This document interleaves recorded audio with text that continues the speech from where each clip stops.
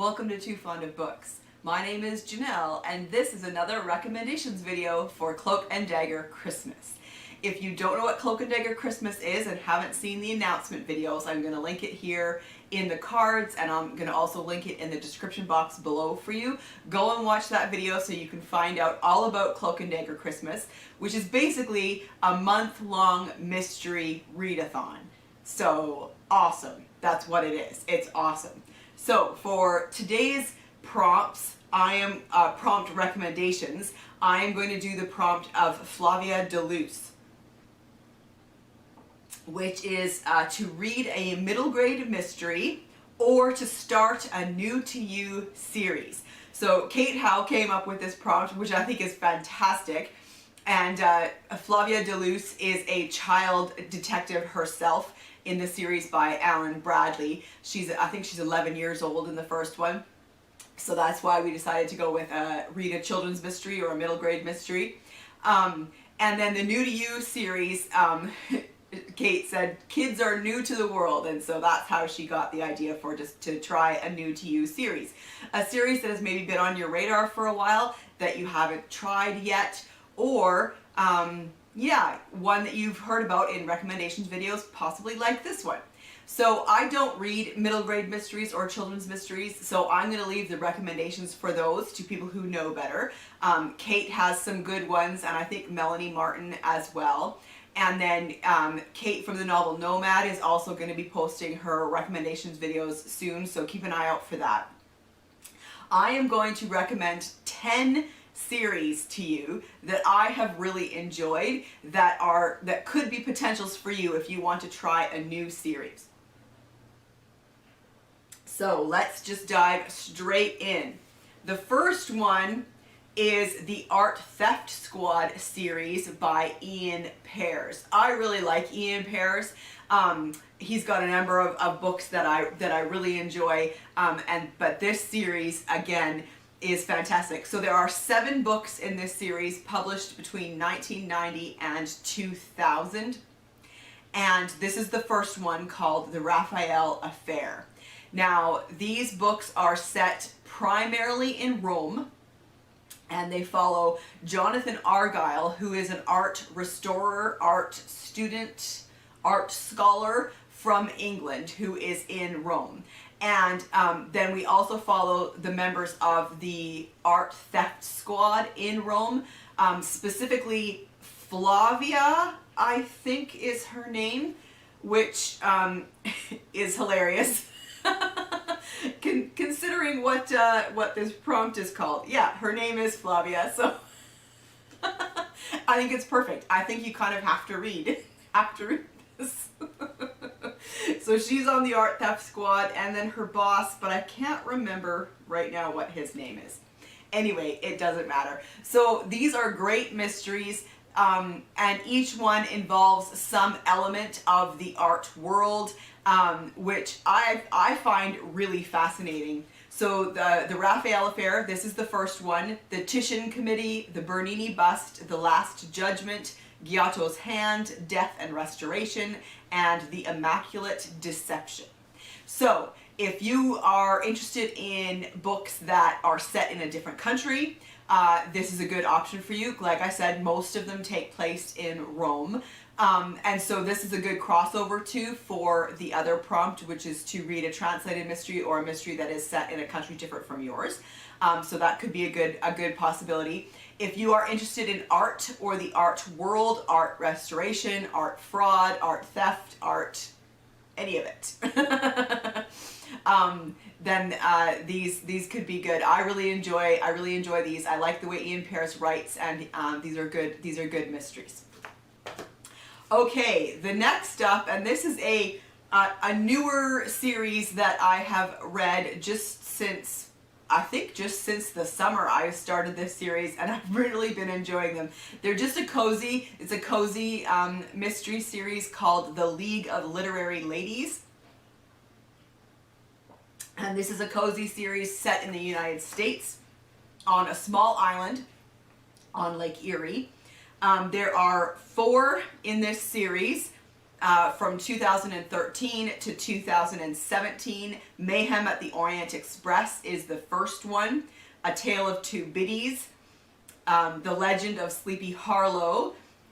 And Then There Were Nuns, which is this one. And honestly, that's the best title ever for a cozy mystery. And Then There Were Nuns. I mean, it's... okay. I could talk about how awesome that is forever. And then Gone with the Twins. So what I like about this cozy mystery series is the setting. It's a small island with one town on it. So you kind of already get that somewhat isolated feel, which I really like. But you get lots, this is a town that gets tons of tourists, so you get lots of people coming on and off the island all the time. I like the literature connection. These four ladies are part of, 4 or 5, are part of a book club. And so each book, there's a connection to a book. So the first one, Mayhem at the Orient Express, they're reading Murder on the Orient Express, and so that's awesome. And Then There Were Nuns. I mean, obviously in this one, they're reading Agatha Christie's And Then There Were None. And so yeah, so this is a great series. Quick reads, fun, cozy mysteries. Okay, next up we have the Eddie Flynn series by Steve Cavanagh. I cannot recommend this series enough. It is so good. He is a great writer. These are courtroom dramas, legal thrillers, whatever you want to call them, but they are action-packed and twisty and really well written. They always start off with a bang, and then it doesn't let up till the end. It's so good. I never know where these stories are gonna go.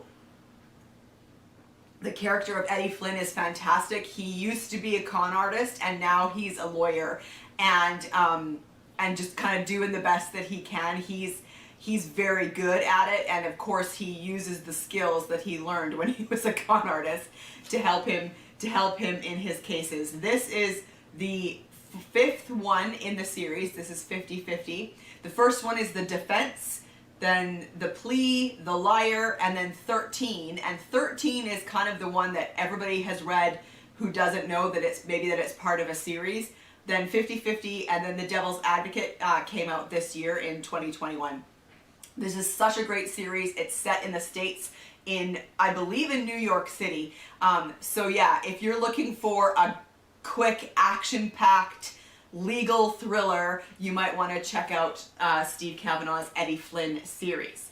Next up, we have the Constable Twitten series by Lynne Truss.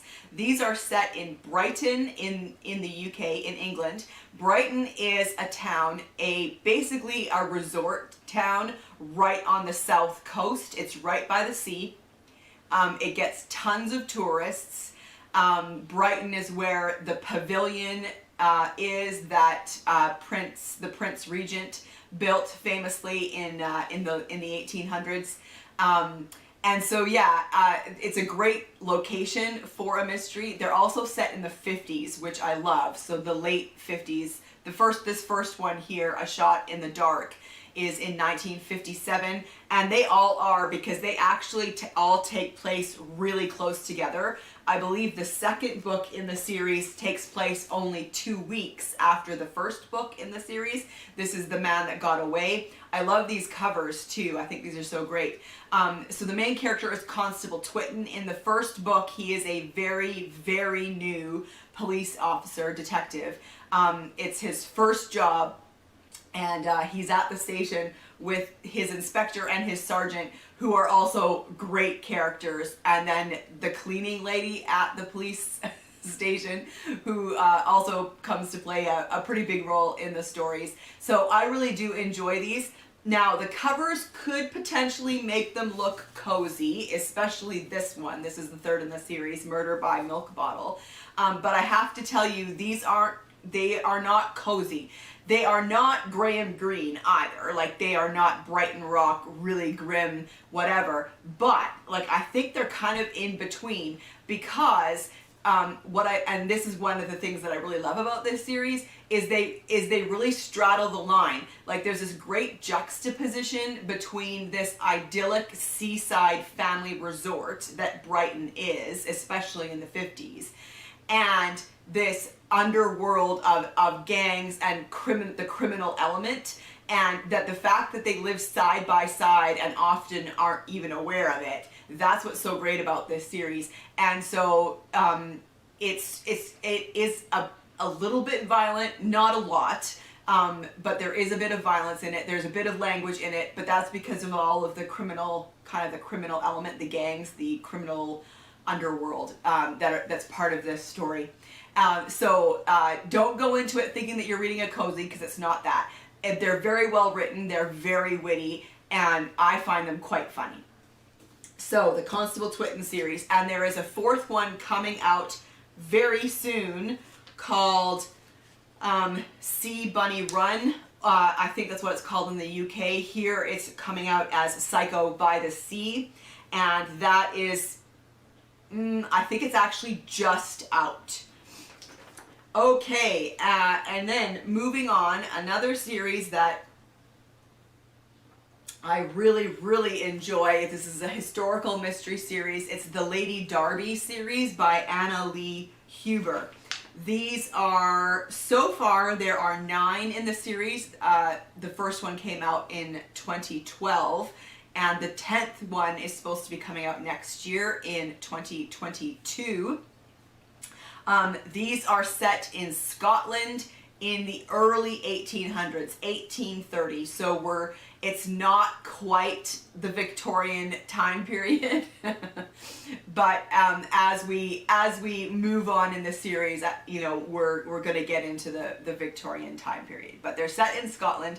Lady Darby is a widow who is escaping London because there has been a bit of a scandal following her husband's death, and she's kind of trying to escape it. She's an artist herself, quite good at it. And yeah, this is just a great series, great characters, really well written, and really great mysteries. If you're looking for, you should probably read this series in order, but if you're looking for one with a holiday theme, a Christmassy feel, the third one in the series is called A Grave Matter, and it takes place at New Year's. Okay, and then next up we have the Paradise Café series by Maureen Jennings. Maureen Jennings is a Canadian author, and she is kind of really famous for her Murdoch mystery series. But this is a new one of hers that I really enjoy. This is the first one called Heatwave. They are set in Toronto in the 1930s. This is 1936 is the first one. So it's a great time period. So this is a good crossover series if you also want to double up on your prompts and read this for books that were set between 1920 and 1945. That would be great. And also the main character is Charlotte Frayne, who is part of a 2-person private investigation firm. So you could technically triple up on your prompts and use this one also for a private detective, the private detective prompt. So the main character is Charlotte Frayne, and she's a junior associate. So these are great. And potentially also you could use it for the prompt of set in a country different from yours, unless you're Canadian. So you could actually get 4 prompts out of this series if you wanted to give it a try. The second book in the series is called November Rain. So these came out in, Heatwave was 2019 and November Rain was 2020. Okay, then we have the Lacey Flint series by Sharon Bolton, or S.J. Bolton, as they were when she first started writing. There are 4 in the series, plus a couple of novellas. This is the first one, Now You See Me, which came out in 2011. Then there was Dead Scared, Like This Forever, and A Dark and Twisted Tide, and that one was from 2014. I really like this series. They're set in London. Lacey Flint is a detective constable. She is a person with a past, a bit of a troubled life. But she's a good cop. I really like these. They're a bit gritty, not horribly so, but a bit. And in this first one, there seem to be copycat killings of the Jack the Ripper murders. So yeah, I like Lacey Flint in this series. I like her co-workers, her team that she works with. Yeah, and so I just really like Sharon Bolton, and I don't think she gets talked about enough. So if you're looking for a modern day kind of police procedural style series, you might want to give this one a try. And then the D.I. Adam Fowley series by Cara Hunter. One of the first things that attracted me to this series is that it is set in Oxford, and I love that as a setting. So these are basically police procedurals. At first, I was not sure what I thought of this book because there was a lot going on. D.I. Adam Fowley, when you follow him in the book, it's a first-person perspective. But then you also get third-person perspective with the rest of his team. So it's not just him, you also get to know his team and how they are trying to solve the case. You also get, there's a lot of multimedia in here. You get newspaper reports, transcripts from interviews, online